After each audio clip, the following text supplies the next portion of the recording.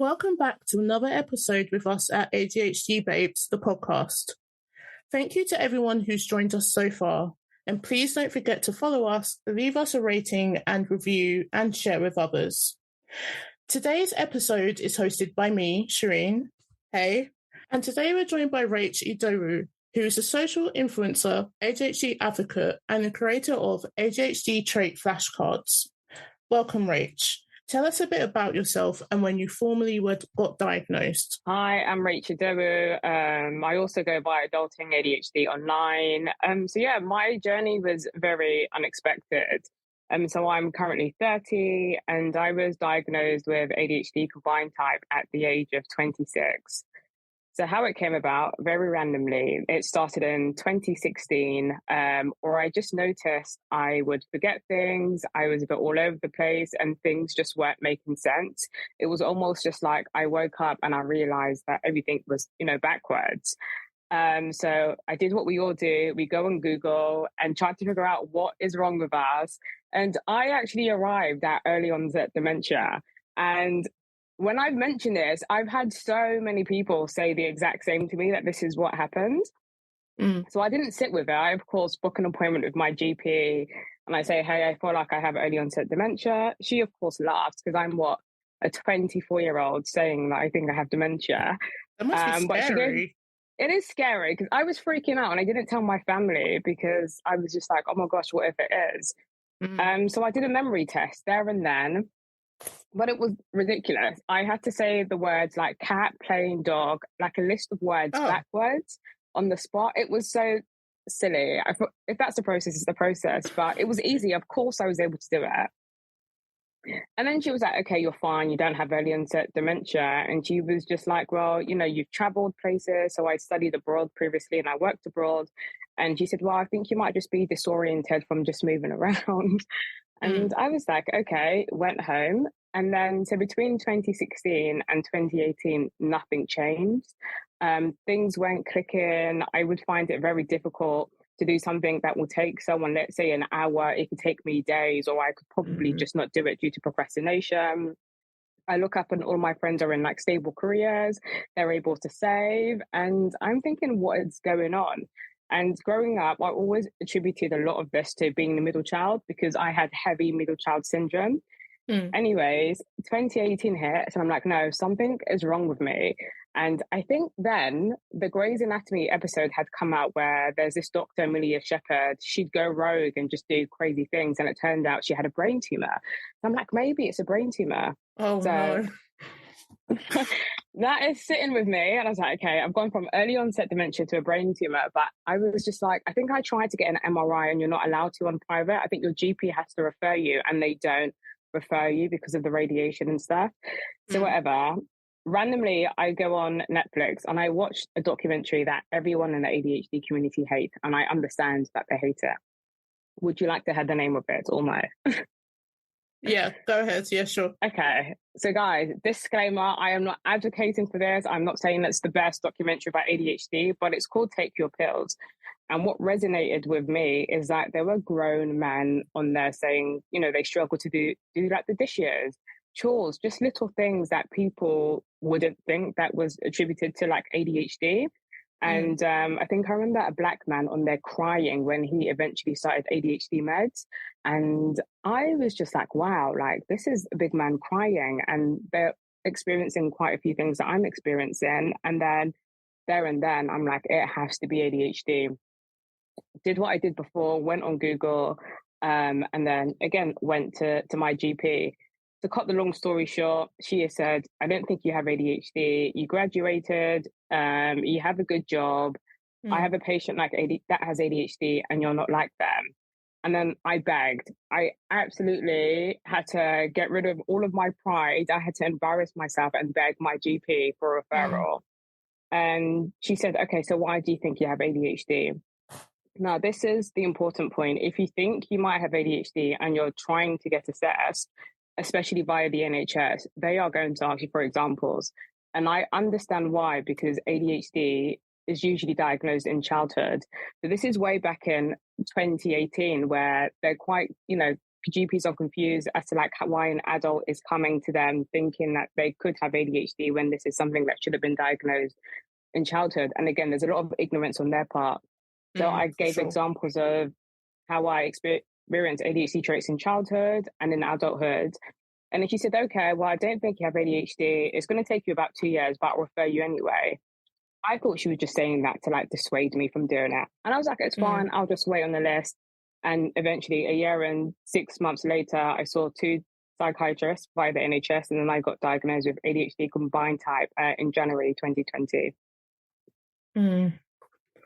Yeah, see, like, I'm a bit older, and I've only known that I have combined type, but on the severe end, ADHD for 2 years in January now. Yeah. And it's kind of crazy to see how much it can affect you. And you're like, what is wrong with me? I don't understand. And then you get misdiagnosed with like loads of other things. But the way I found out was that my stepdad died and I kind of fell apart. And then I ended up somehow seeing a psychiatrist through my GP.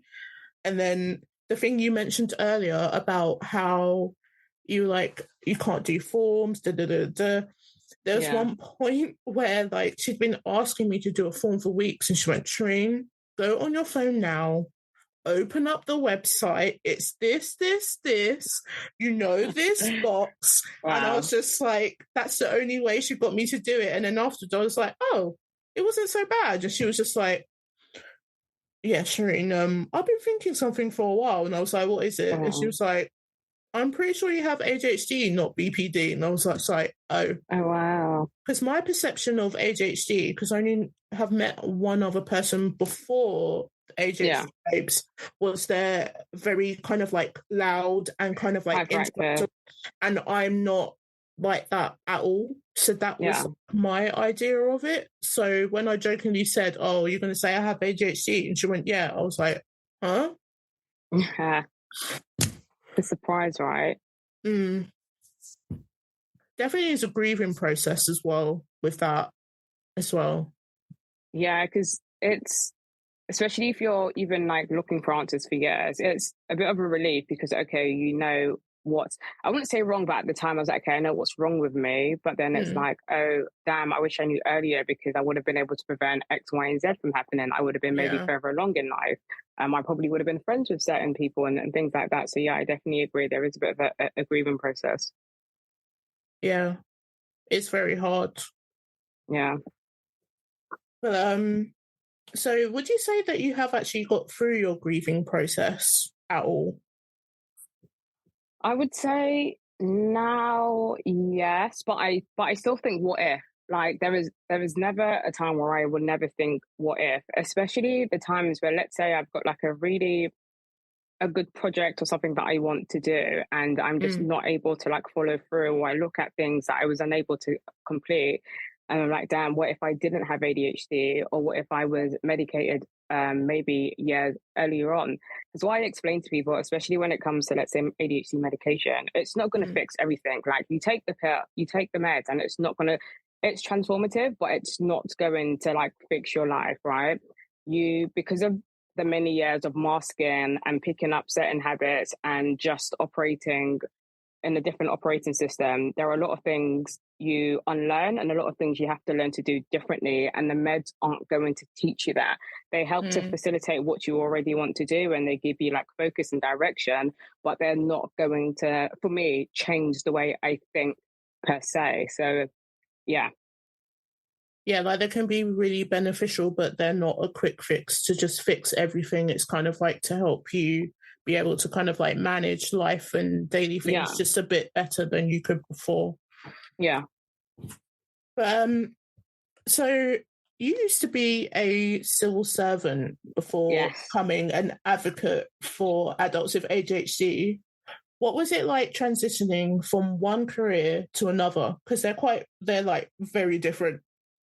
Yeah, they are very different. So I, like many people with ADHD, I've had quite a few different careers and I get bored easily. So my first job was in finance, did it for 8 months. It was just too intense. I just disliked it. I quit.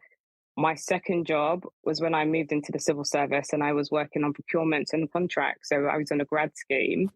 And then I had left the grad scheme and then I went into policy. So I've moved around different type of like career fields.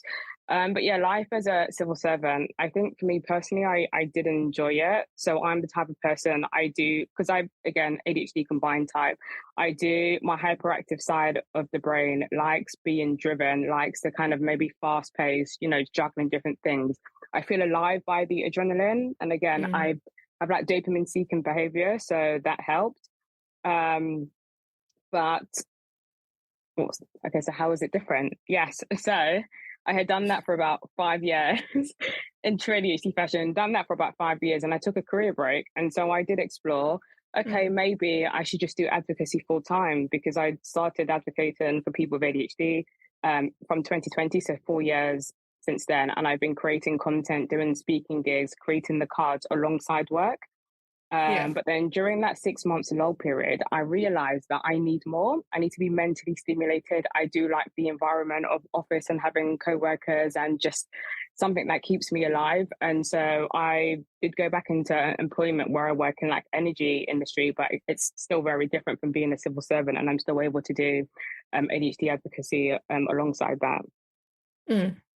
That's kind of good that you're like able to, I was going to say juggle, but then I guess as ADHDers, we can juggle a lot of stuff. It just depends on if it's something we're really, really interested in, and then it gets to the like hyper focus thing. If it's something we don't want to, we're like, no, I'm tapped out. Yeah, we don't. The juggling's not going to happen.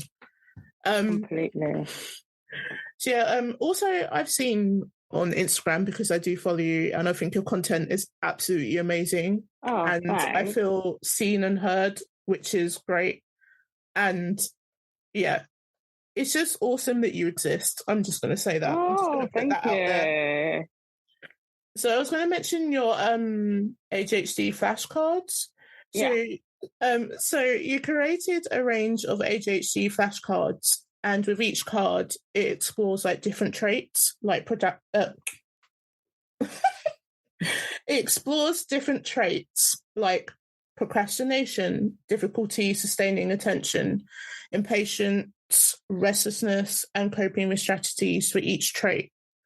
What would you say inspired you to create them?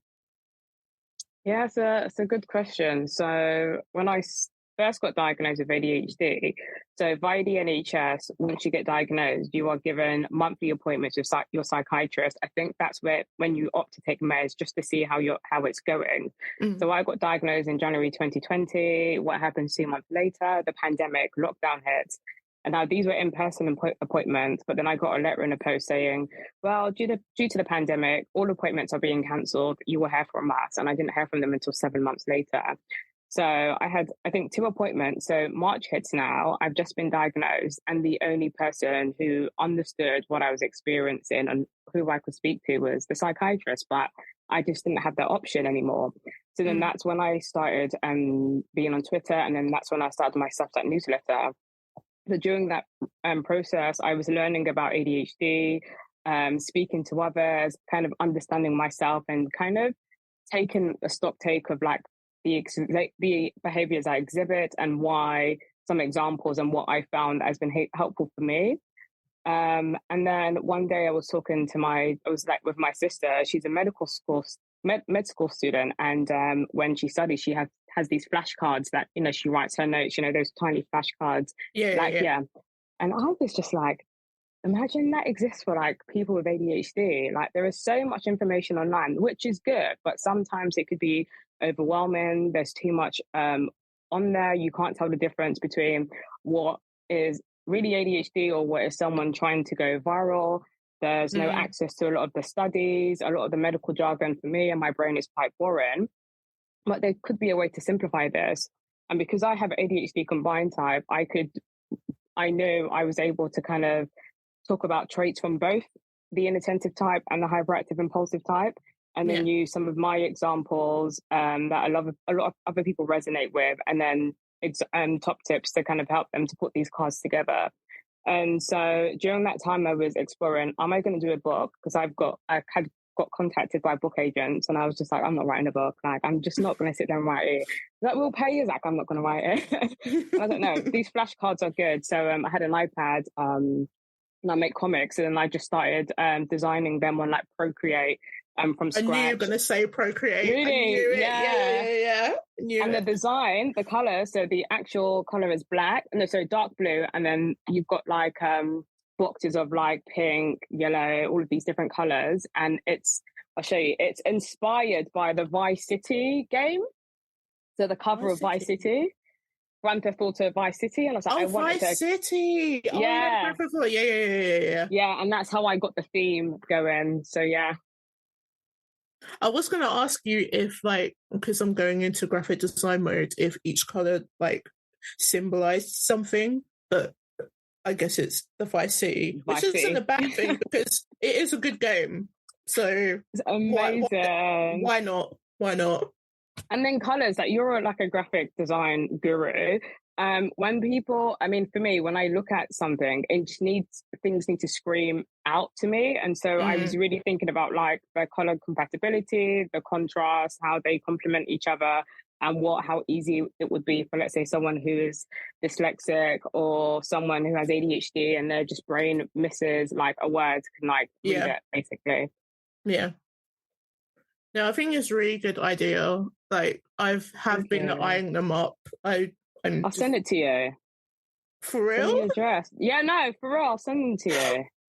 Oh my God, that'd be awesome. I'd love that so much. Yeah, so nice. Can you do a little signature in like white pen? Because I know the white pen will stand up against the kind of like dark blue. I will find a white pen. And I can be like, I got these from Rachel. Yeah, no, it's fine. I'll send them both to you. So what, if people have been following me for years, especially on Twitter, I've done so many giveaways, and this is something I said, if I ever like started like making money or had a product and people couldn't afford it, or I just wanted to give it to people, I would do giveaways. It's important to just give back. Because sometimes we don't have money, not everyone's rich, but you've got this product, it doesn't cost you to send it to someone and like, you know, be a blessing to others. And so that's one of the things I've been happy about with advocating, that I can just, you know, give like things to people and help people out and stuff like that, which you don't see, which is what I get disappointed by. But yeah. No, that's really awesome of you. Like, if only everyone could be as giving and kind of like selfless in a way. Like, I feel like by you making the cards, you've done like a lot for us to kind of like help us also to be seen, but then to also help us like understand, because I know when I got my diagnosis through Psychiatry UK, I kind of feel like I've just been left to just work it out for myself, and I don't fully understand my ADHD. And then to go into like randomly doing a master's after being stuck in a house for like 2.5 years with an injury, I'm like, in an educational setting, it is so hard to kind of like work out like what things do I need to do that would help benefit my ADHD in this setting? What's going to throw me off? How do I stop it? It's really difficult. And how to navigate it. Yeah, it's very difficult, especially, I know you said you were at home because of an injury, but then also those of us coming out of the pandemic, like people have like been home, and let's say they were diagnosed during the pandemic. I found that for me, it was very easy to navigate it in the confines of my own home, where I didn't have to go out into society, but going back into the workplace and events, it's a whole different like ball game. So yeah, I definitely agree with what you're saying. Yeah. You have a YouTube channel and an amazing follower base on Instagram. Talk us through how you deal with being a social influencer, and does it ever get overwhelming? I can assume it probably does, because you're that fantastic and you probably have a lot of people to talk to and places to be. Yeah. So, yeah. Do you know what? So probably the first platforms I started on were Twitter and Substack simultaneously. So when I started a Twitter account, I think I had like maybe 150 followers, and it was just me, freshly being diagnosed, just asking questions. I'd be like, ADHD, what does this mean? What does that mean? And a lot of people would comment and give me like tips, but then in the comments they'd connect. And then back then, when I didn't have that many followers, I'd reply to everyone, because I was like, I never want to be one of those people who get loads of followers and ignore people who need help. And so I was doing that up until the point I reached 8,000 followers. I responded to DMs, and then I was just like, my brain couldn't take it. It's not sustainable. Like, it's impossible. And then I started to feel like guilty. Now, let's say, what am I, like 55,000 followers in on Twitter. It's impossible to keep up with it. So it's the guilt of not replying to everyone, but then the burnout of trying to reply. And then on, let's say, other platforms like YouTube, it's somewhere that I've just started from scratch last year. So I'm able to kind of like manage responding to people. And I think it's always good to try and respond to people if you can. But I find that a lot of people with ADHD are very understanding. And two, you'll probably forget that they sent me a message and I haven't looked at it. But no, it can be, overwhelming. Substack, what else am I on? But on Instagram, what I found interesting was that my first like threat came from Instagram. So I feel like a lot of people do speak about like parasocial relationships and how people on the internet can take things too far. So I mentioned earlier on that I've, been able to do quite a lot of speaking engagements about, ADHD, raising awareness, inclusivity, all of that stuff. And I was planned to be on a panel at a conference called EGX. So it's a really big gaming conference that takes place at the Excel. And probably a week before, I get a DM on Instagram by someone saying, they're getting angry at me because I did a post about ADHD medication and I'm corrupting kids and I shouldn't be advocating for like ADHD meds for kids. And I was just like, my platform is tailored to adults. That post does not say anything about kids. Like, I don't understand where you're coming from. And they were like, yeah, you did, and you deleted my comments. And but I've seen you're going to be at EGX there, so I hope you're going to be there on Saturday. And I was like, yeah, well, I'm going to be there. I'm on the panel. And they were like, great, I'm going to come and debate you, and you better be there. All of these words that I'm starting to like, this is like very antagonistic, and it's starting to feel like a threat. So I messaged the people I'm on the panel with, and they're like, okay, we're going to be there. So on the day, I showed it to like, I think the event person at EGX and Excel. They read it and they're like, no, we need to get extra security because of like the way these messages are sounding. And throughout the panel, I was on edge. The panel was on edge. Whenever someone asked me a question, the panel looked up and was just like ready to like go whenever. But like, thankfully, nothing happened. But after that instance, I'm kind of mindful with who I engage with. Of course, you'll get a little tussle here and there, people trying to like talk down or they're looking for an argument. I just block people now. I don't really entertain it anymore because of that instance. You just never know how crazy people are. That's very true. You can't predict like what people can do sometimes, because if only everyone could just be nice and just be a nice human, but it's not possible for some people. So not in this world. I'm not surprised. I would feel quite scared about that too, and I'm glad that they were able to kind of like provide you with extra security as well. And I just want to say that I'm proud of you for going, because that would have scared me and made me so anxious that I don't know if I would have gone, but then maybe part of me would have been like, no, I don't want to be silenced. Why should I let this one person like ruin the whole thing for me?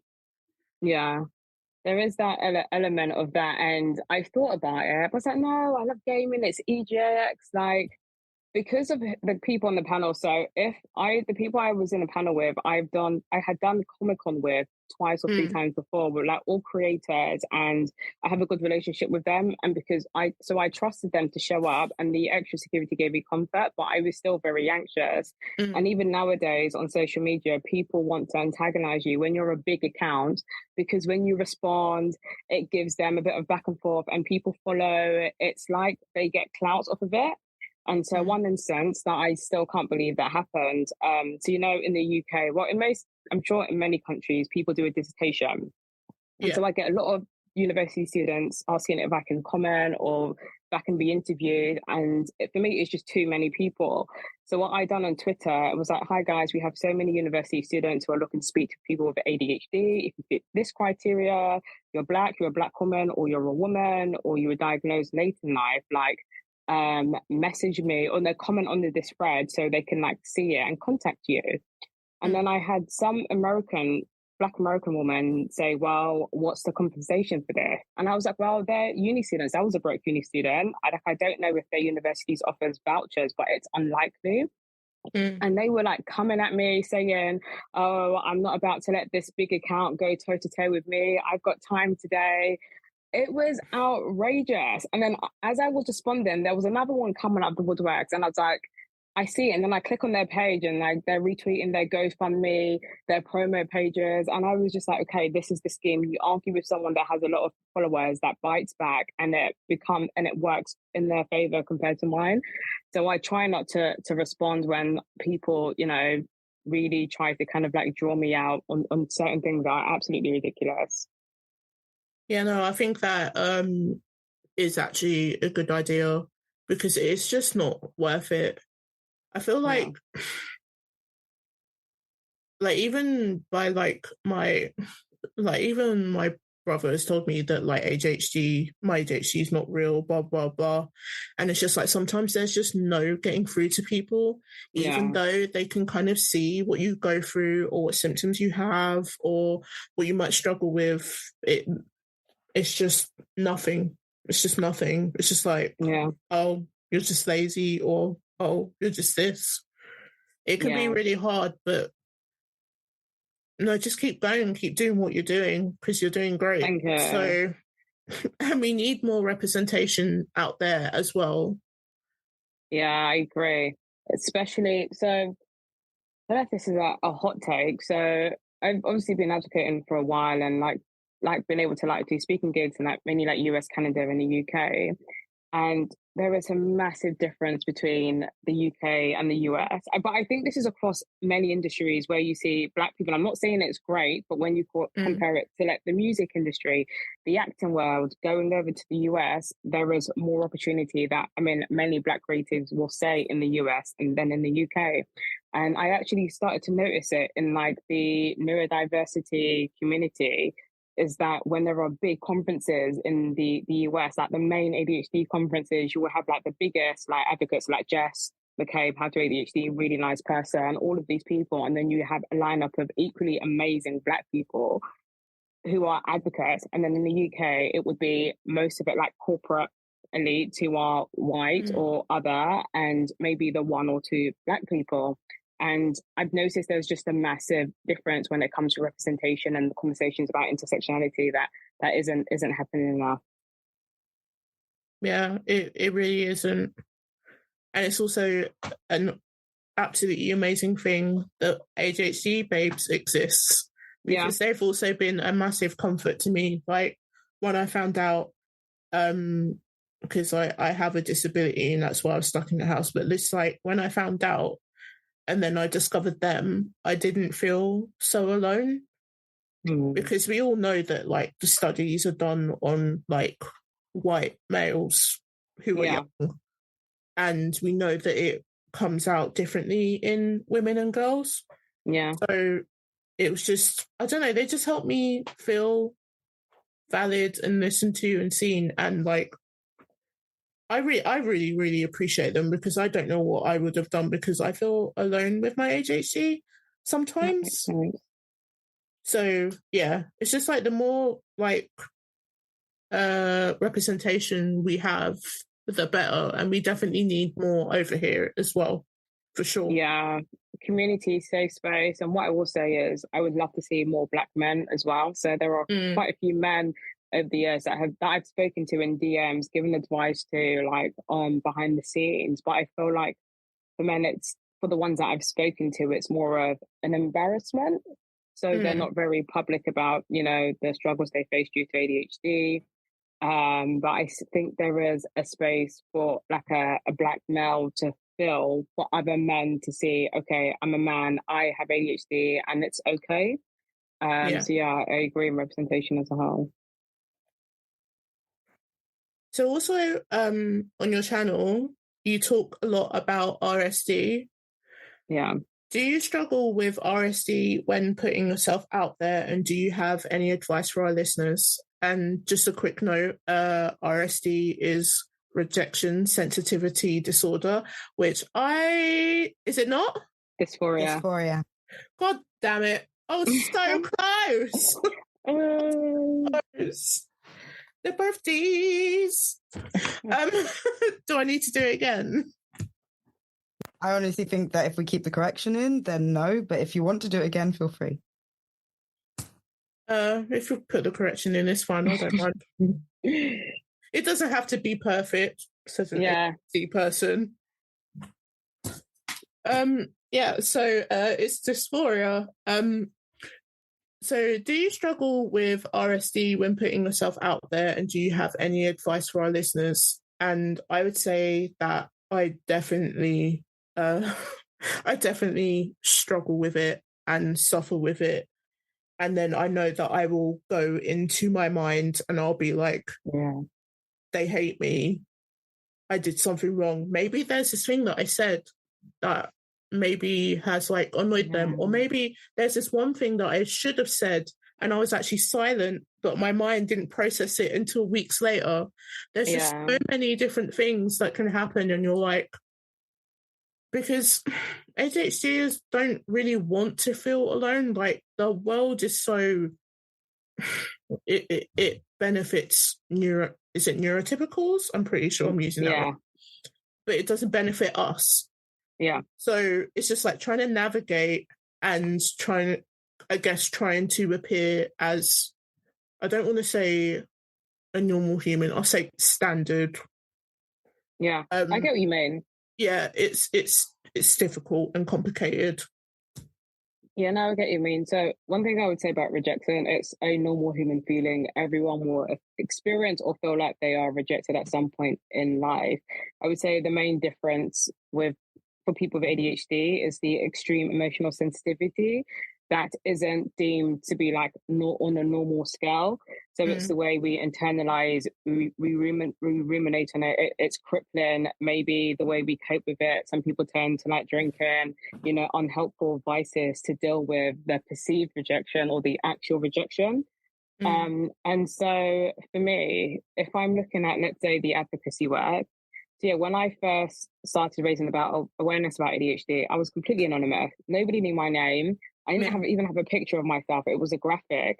And that's because I wanted to post freely without feeling like people are judging me or looking at me or me being embarrassed. So that's how I got over it. Like the good thing with social media, especially Twitter, it allows you to participate in the online community without having to reveal too much of yourself.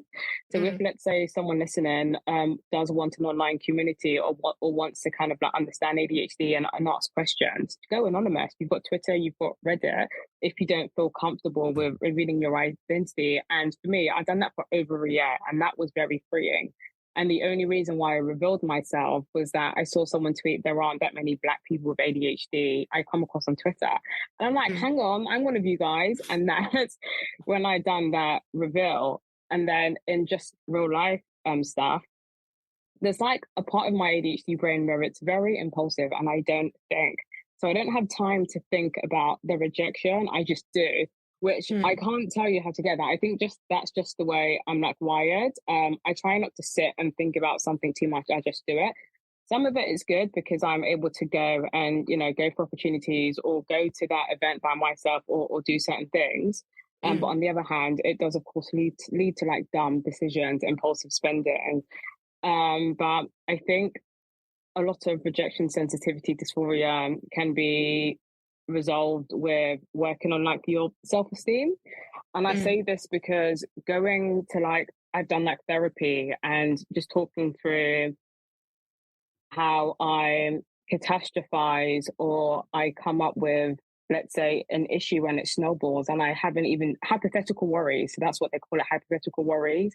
I was able to work with a therapist to kind of not get to that point where I'm just sat and something has snowballed into this big ball of rejection and isolation. And so I think a lot of it can't be fixed or like managed with coping strategies.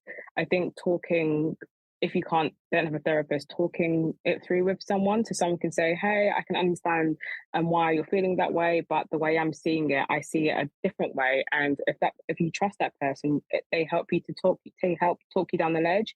And I'm lucky to have some people in my life that can help me manage RSD in that way. Yeah, that's good that you have, like, you've kind of realised what people you can go to for that support. Yeah. Because when you were talking about the snowballing and the spiraling, that is something I do for sure. And then when it starts, it does not stop. I cannot get out of it, and it can be like the smallest thing. And it is really hard, and it does make you feel really isolated. I'm feeling a lot of isolation at the moment, so I kind of resonate with that quite a lot. But it does make you feel really, really isolated, and it's not a good place to be. But then it's like you can't just go to your brain, please stop, and then it stops. Yeah. It's just not that simple, unfortunately. Yeah. No, it's true. And then another thing I'm going to say is, for me, I had to be honest with myself. So am I feeling rejected by a person or not included or am I very envious of them and I've made up this issue that doesn't exist, but I feel this way because they haven't replied to a text or they haven't liked something that I did. And then when I confronted it, I was like, okay, I'm a little bit jealous of them, envious. And it's okay to want more for yourself and maybe want the level of success or whatever that person has, but then that's something that I need to deal with. And I no longer feel like rejected or ignored. And it was just in my head because I built this up because of the little envy or jealousy or comparison, I should say, more so comparison that has led me down to that. But you're right, it's not something that you can fix overnight. I will still always, I think, experience RSD in many different areas of my life. But I think for me, the most important thing was having healthy coping mechanisms and not just going down to the pub, having a drink, binge eating, and then doing things, which is, it's quite difficult. Stop reading my diary, please. Stop reading my diary. Many of us have been there. But no, that's good. I don't know. That it's just such a difficult one. Yeah. But one thing that I kind of started doing, which I didn't realize I was doing, is that if someone says something to me in like a certain tone, and then I'm like, oh my God, they hate me, or oh my God, I've pissed them off, or oh my God, like whatever. I will try to kind of like check in with them. So I will try to ask them, like, when you said this thing, did you mean it as in da da da da da? And then they can kind of tell me. I don't always do it, but I notice it's something that I kind of started doing sometimes. That's really good. I think like my therapist and like other people have said to me, it's actually really good that you've actually checked in and double checked how the situation may have been perceived. So I can tell you that I meant nothing by it. It's all good. Yeah. That's good. I don't always remember to do that, but I think that would be a good tip for people. For sure, that's good. And I do that. I've done that in a work situation. So let's say I've drafted a document, my manager has reviewed and she has said, well, you can make these few corrections, maybe change this thing over here, but that was good. I will only hear the correction she's telling me to make. And I'm like, does this mean I've done a crap job? Is she never going to trust me with this? Like, what is she thinking? And I've gone down the route of catastrophizing and speaking to a friend at work. And friends, I've had friends who've said, get over yourself. It's not that deep. I get it, but she doesn't mean that. And then I've had friends, do you know what? Just ask her. Like, I'm sure it's not that. Just double check if she's happy with everything. And I have. And she was like, yeah, no, I'm happy with anything. I think this will make it even better than it is right now. It's great. You're doing an amazing job. And I'm happy with it. And so, like you say, having those conversations where you can really prevent you from going, from spiraling. But then again, you have to be comfortable yourself to have these conversations with certain individuals, depending on the topic. But I agree, it's a good tip. Yeah, true. Yeah, for sure. You definitely have to feel comfortable with them and kind of safe enough to ask, because sometimes even just asking, you can feel like, am I being stupid? Am I being sensitive? and then there's even more feelings that come up. So yeah, it's definitely people that I felt more comfortable with, for sure, I would say. Yeah. And then being told to kind of like, oh, it's not that big of a deal, just get over it. It's like, my brain is, no, that's not going to help my brain. It's just going to spiral more. But Yeah. I feel you. I get it. So let's talk about the next topic. ADHD tax. Yeah. Well, I do like my little jazz hands that no one can see because this is audio. Yeah. So ADHD tax, for those of you who don't know what ADHD tax is, it's when costs are incurred as a result of managing ADHD. I saw that the BBC featured you in an article about ADHD tax. And I did see it on Instagram when I watched the video and stuff. And you were talking about how you lost £4,000 due to ADHD tax. And there was an unnecessary backlash. And it really was unnecessary. Like, I could not believe some of the stuff that people said. Yeah. It's just, yeah. So it is wild indeed. And also how much we lose in our bank accounts is quite wild. Yeah. But I wanted to ask you, what drives you to continue to advocate for yourself and other ADHD babes after dealing with this adversity? Because it is a lot. Yeah. Do you know what? What is so like wild to me is that I speak about ADHD tax a lot. So I've spoken about it on like my newsletter on Instagram. I did a piece for the Metro where I had said something similar, something similar, and it never got this much attention. And so when I had done the interview, and I was like, okay, it's just another one of these things I do. No one's going to see it. But then it's, of course, the quote of how much I lost. And it was a miscalculation. It was definitely more, but I couldn't be bothered to do the maths. And then it was on the front page to the point as like I'm walking to the office and someone's like, I see you on the BBC. And I was like, what are you talking about? And I'm getting messages from like people at church, you're on the BBC. And I'm like, how am I on the BBC? And turns out they put it on the front page. And then I was just like, let me just see what people are saying.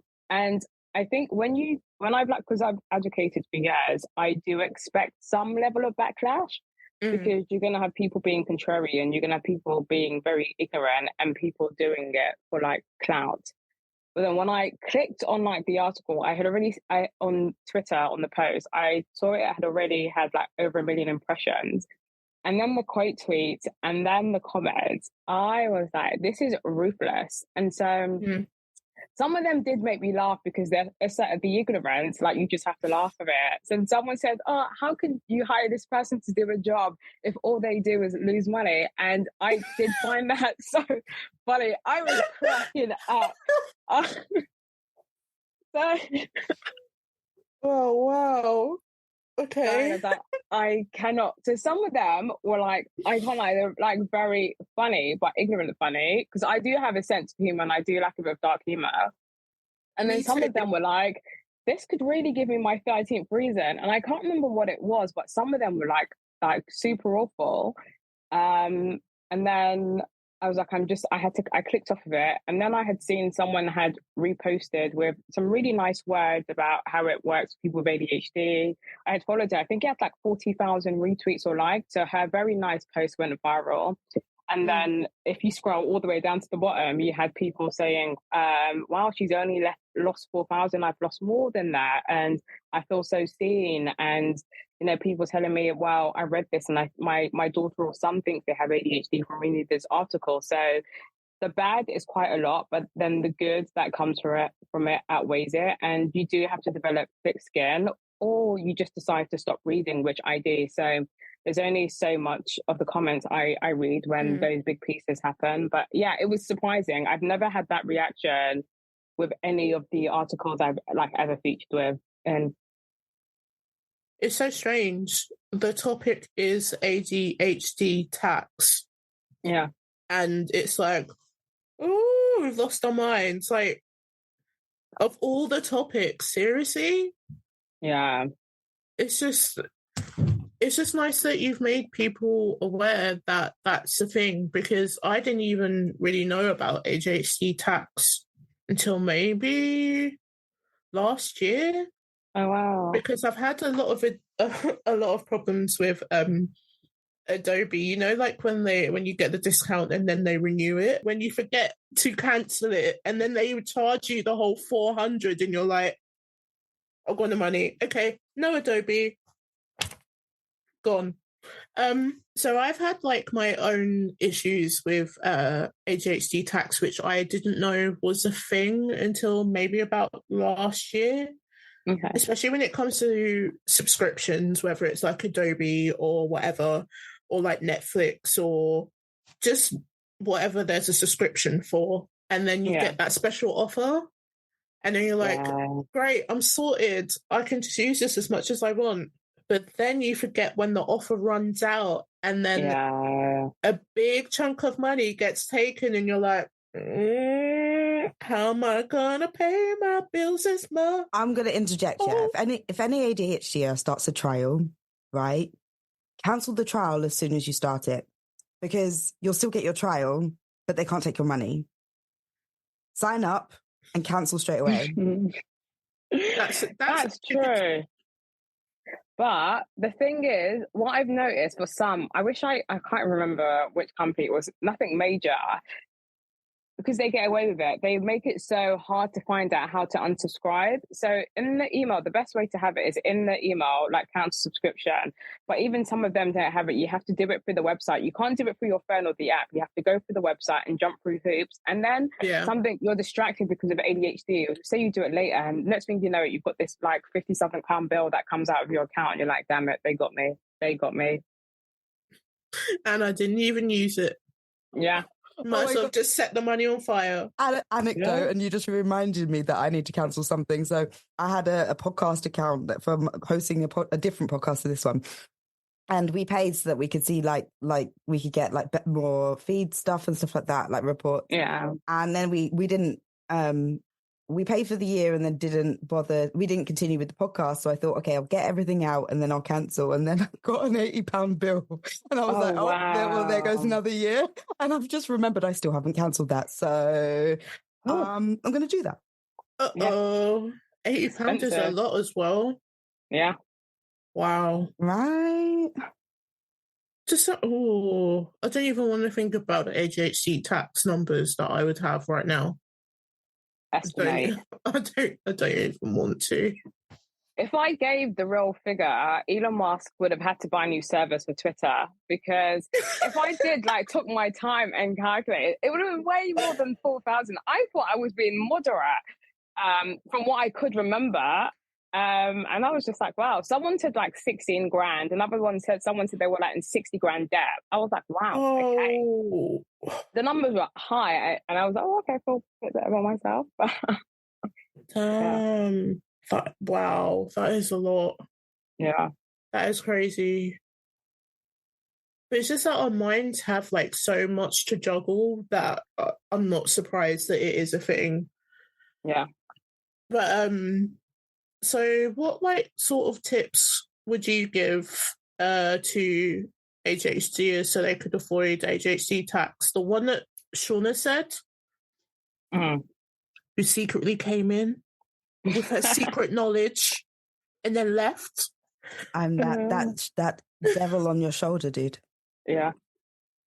You're always on my shoulder. But yeah. So what tips would you give? Oh, damn.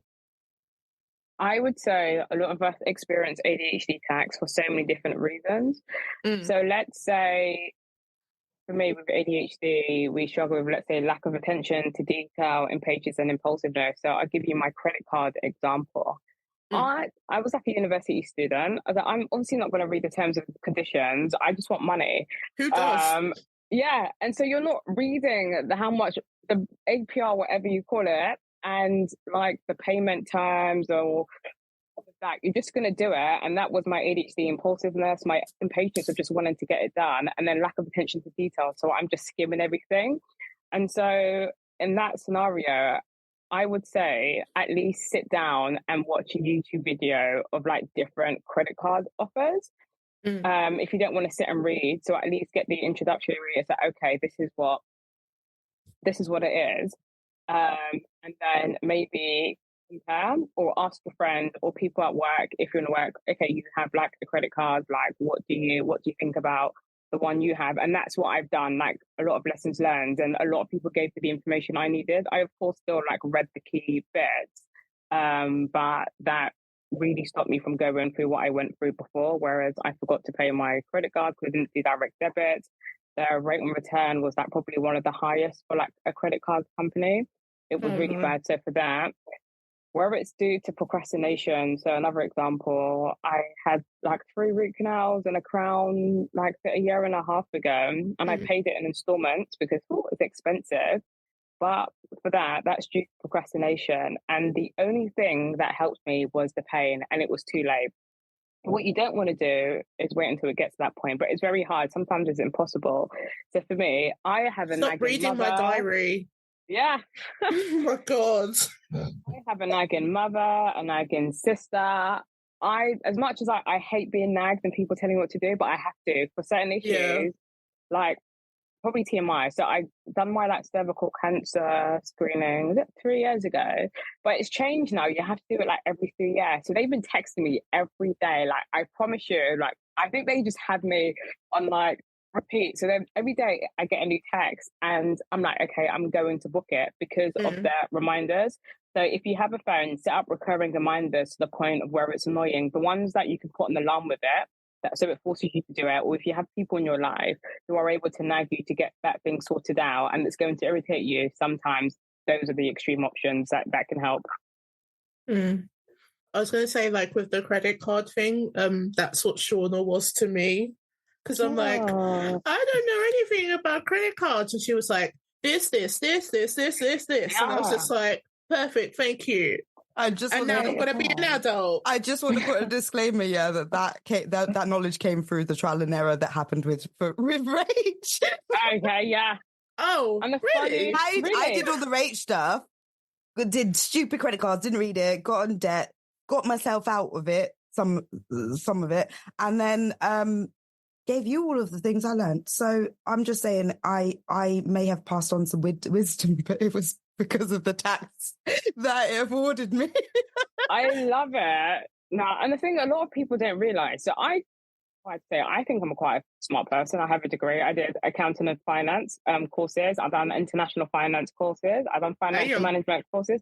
So I have a really good financial acumen, and I worked in wealth management. So it's not like I've never seen numbers or finances before, but this is what it is navigating with ADHD. It's not about whether you're smart, whether you're productive, whether you're ambitious. Like people forget that it's a disability. And so no matter how maybe great you are at something, sometimes navigating life with ADHD can just lead to dire consequences, no matter how well equipped you are to deal with certain things, if that makes sense. And this is why I get annoyed when GPs say, well, you graduated and you've got a good job, how can you have ADHD? But then I've taken all of these financial classes. I'm like decent at maths, but then I still manage to suffer from ADHD tax. So can you see what I'm trying to say, basically? Yeah. But then people can be like the complete opposite, because like I failed with like secondary school and stuff like that, and then had to build up extra courses just to be able to go to college for years, and then to actually eventually go to uni. And my parents weren't helpful at all, they just weren't bothered. So it's just like you can have like the people who are really smart and they just excel and have ADHD, or you can kind of have the other end.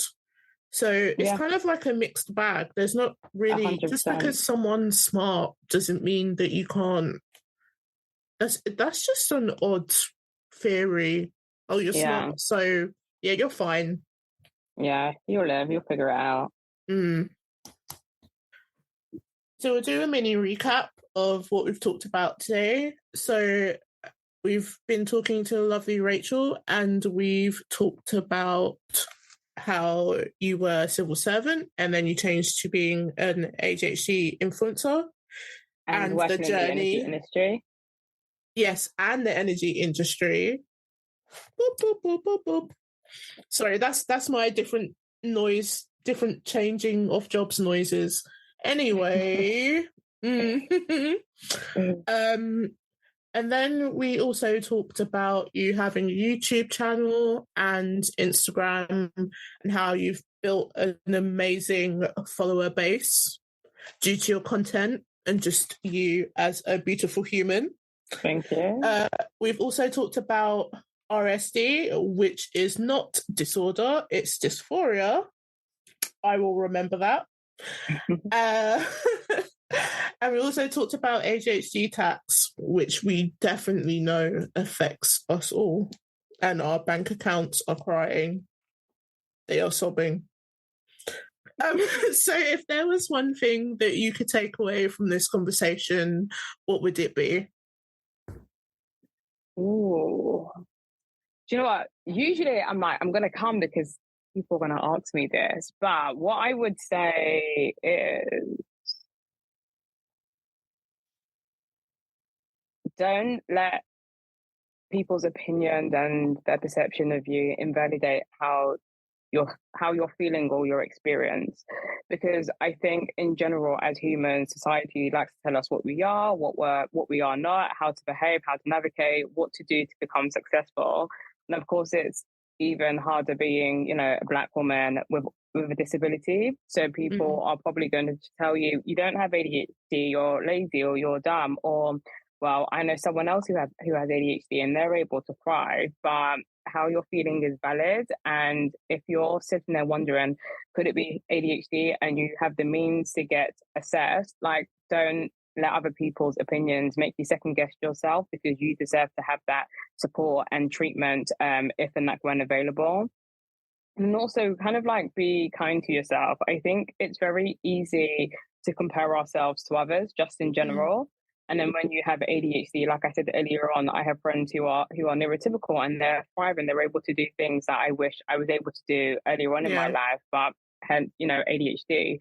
Don't get down on yourself and don't feel like you're a failure, because in my opinion, as long as you're still breathing, you haven't fulfilled everything that you ought to fulfill in life. And, life is not a race. Just knowing you may have ADHD, you have ADHD is enough. There is still time to kind of make up for lost time and then flourish in whatever way you want to flourish in life. Can we change this episode to Rachel reads Shereen's diary and helps her improve her life? Because everything you're listing, I'm like, oh my God, I'm going through that right now. That. We've all been there.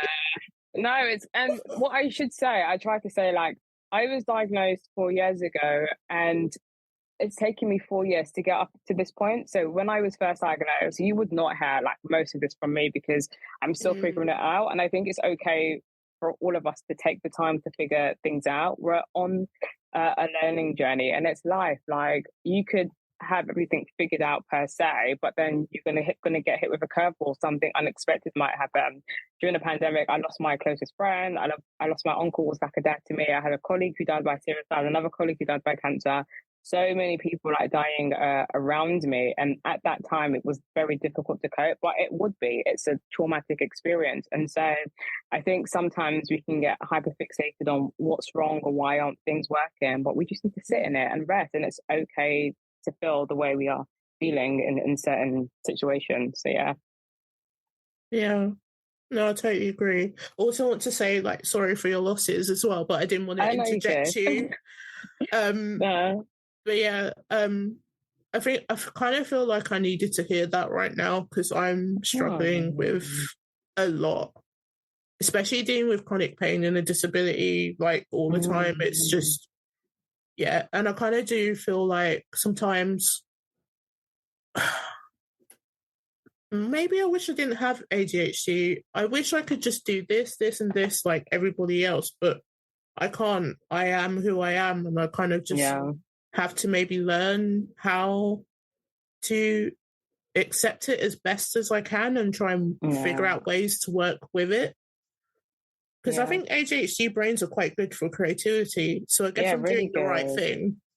Yeah, I think you'd be a wicked graphic designer. Even if you you probably do already have a portfolio or like something on like Instagram.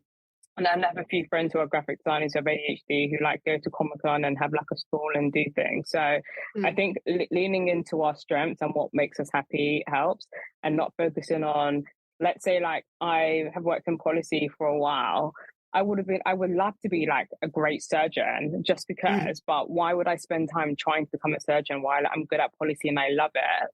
And I don't really have a passion for something else. So as long as you're doing what you're passionate about, you're in the right place.